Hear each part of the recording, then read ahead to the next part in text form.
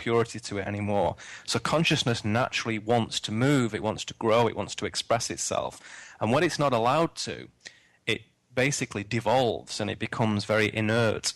So understanding these systems of suppression, part of it, of course, is to understand the politics and the military aspects of it and the parapolitics and the exopolitics and all the rest of it, and all these researchers out there who are focused entirely on that. It's very important stuff that people look at that.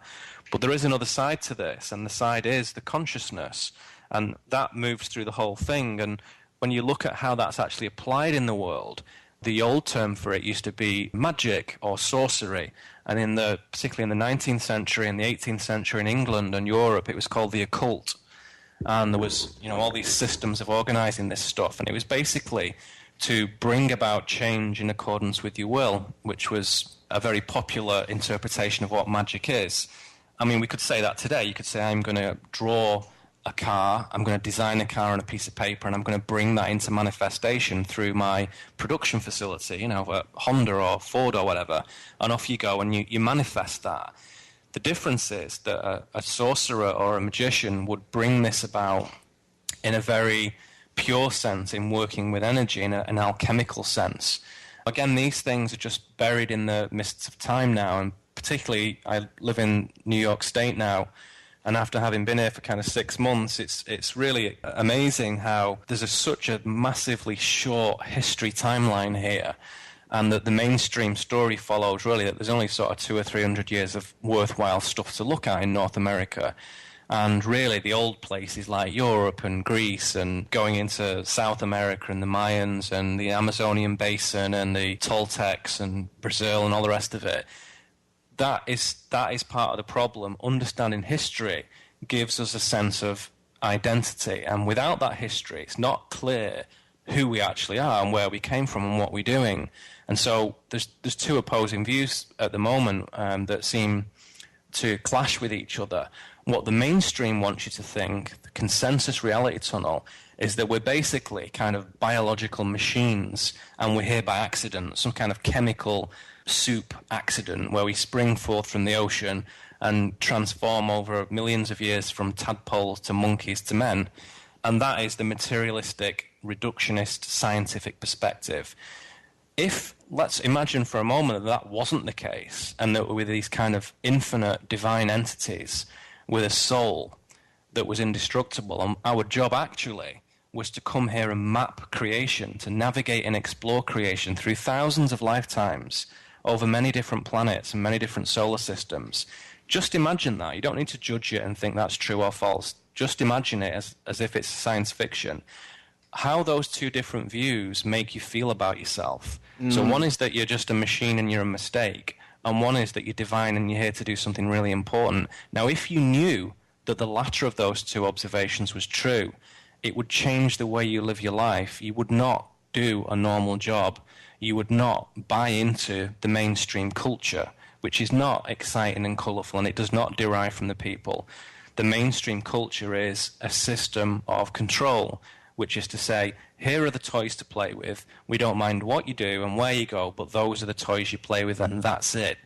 If you knew that you were from something far more exciting and majestic than that, you would create your own toys, you would create your own worlds, you would do your own thing.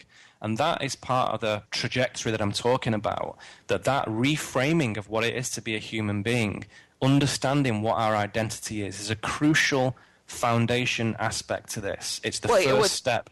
Isn't it much like how, any sort of information that knocked the status quo going back thousands of years was always stymied? I mean, you could be burned at the stake, you could be murdered, and it still goes on today because they're still trying to push that artificial system on us, that we're a mistake and that we're worth less than nothing and that we're just useless eaters.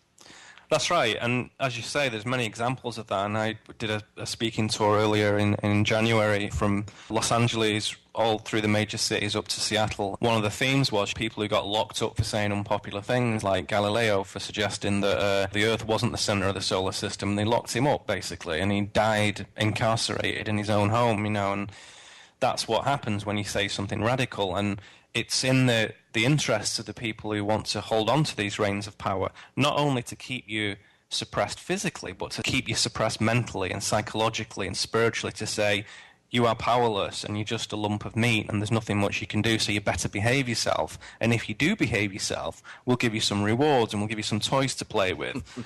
And so we have to understand that this is complete and total artificial nonsense.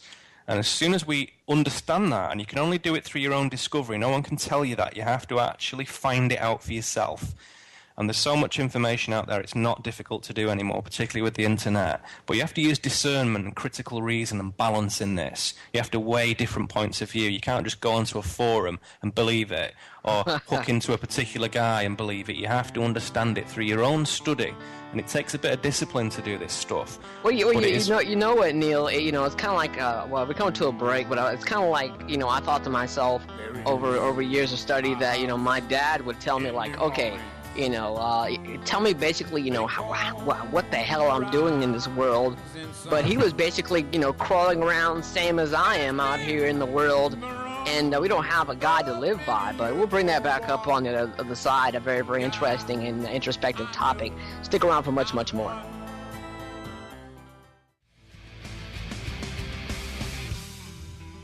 Welcome back to the Vantage Point. VantagePointRadio.com is the website. If you want to be a part of the program, 1-866-841-1065. If you got a question or comment or whatever have you, I'm with my special guest, Neil Kramer.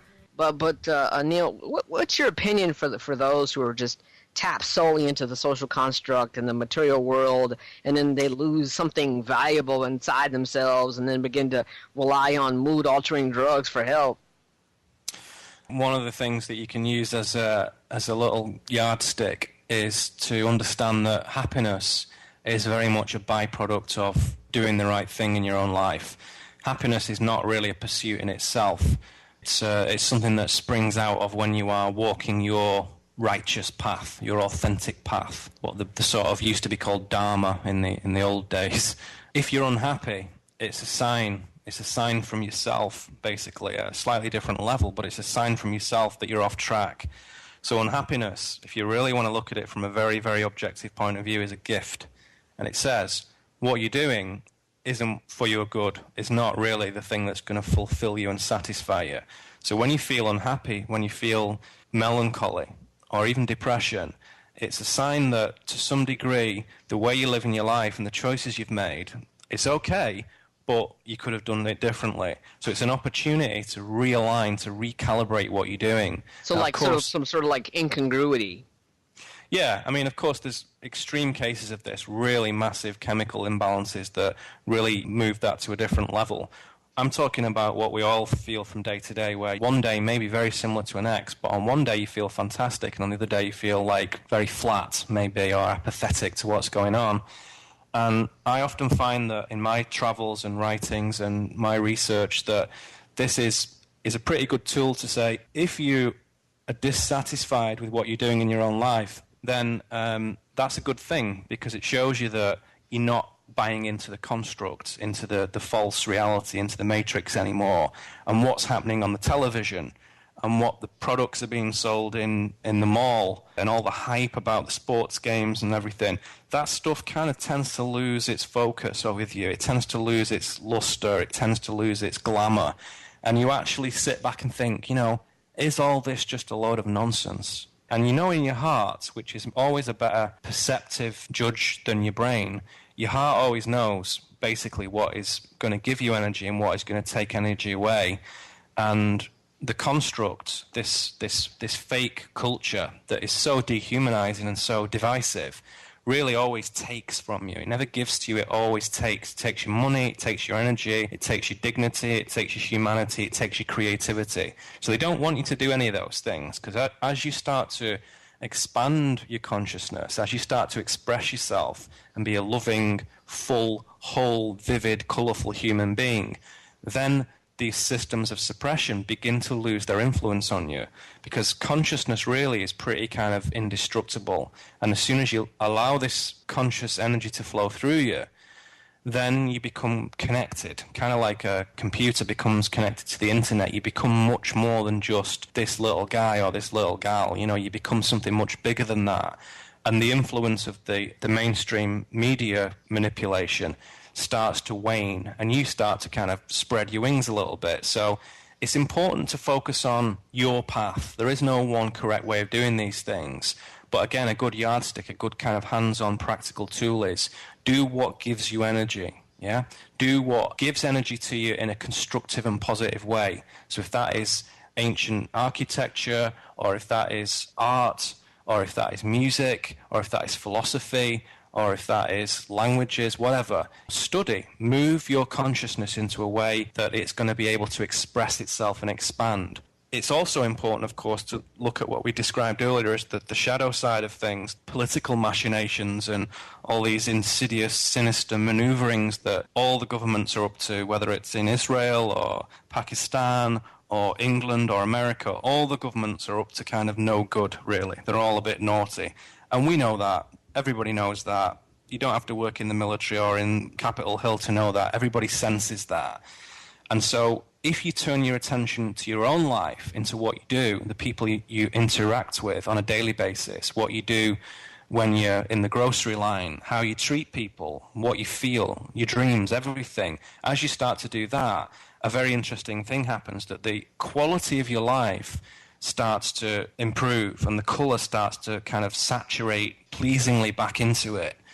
And then another thing happens, which is you start to encounter what we call coincidences, which is perhaps a better word is synchronicities. And this is when you meet somebody that you're thinking about, or a special book kind of falls off the shelf into your hand, a particular film that you were thinking about, you see it the next day. And these are always supportive elements from the universe, another affirmation that you're on track. So as you start to think authentically and be who you actually are, outside of culture, outside of mainstream society, just to be who you are, these synchronicities come into your path that smooth the flow of your energy forward so you can grow, so you can expand, so you can study, so you can be with your family, so you can travel, whatever it is you want to do. These synchronicities are always there to support that fact. And what you have to learn is to observe them and to see them for what they are. Because in my cosmology, I would suggest to the listeners that there are no coincidences. That doesn't exist. Everything has a purpose and everything has a role. Everything is unique, and yet everything is intertwined. Well, yeah, I find it interesting also is that when you get on that path, and that path doesn't seem to end because there's so much more to find out there in the world, but there's also the gatekeepers that may be your friends, that may be your family, that notice something different about you, even if you're happy, and they see something that it's wrong, and they sort of drag you back to the group thing. Matter of fact, I was in a movie theater and I saw these 10 guys, about 7 to 10 guys, all in Nautica striped shirts, solid pants, striped socks, and like sandals, and they're all like sort of huddled together, and I'm like, oh God! I mean, you know. I know. And they. Well, it's just a sign, isn't it, that if you don't think for yourself, you basically, it's like a computer default setting. If you do not think for yourself and you do not create your own reality, then you find yourself living in the reality that is someone else's creation.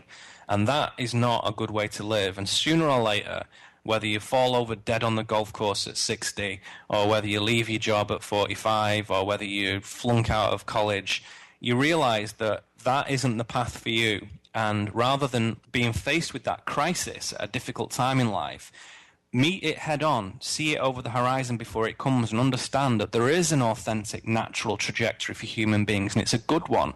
And if everybody was cognizant of that fact and understood that this authenticity is a natural way, rather than living the inauthentic life of modern 21st century materialistic lifestyle, then we would begin to understand that all the things that we want, you know, the harmony, the love, the peace, the creativity, the dynamism, the adventure, the exhilaration. You know, how many people have adventure and exhilaration in their day-to-day experiences? Not many. And we love to see it, but we do it kind of vicariously through movies. But when you start to create your own reality, that adventure, that fulfillment and that satisfaction starts to soak back into your life. You become the architect of your own existence again. Well, what do you think about those, you know, like you said about creating your own reality? There's almost like a status quo reality where everyone is on these mood altering drugs, and they have their own reality of where they see the world. It's kind of gray. It's kind of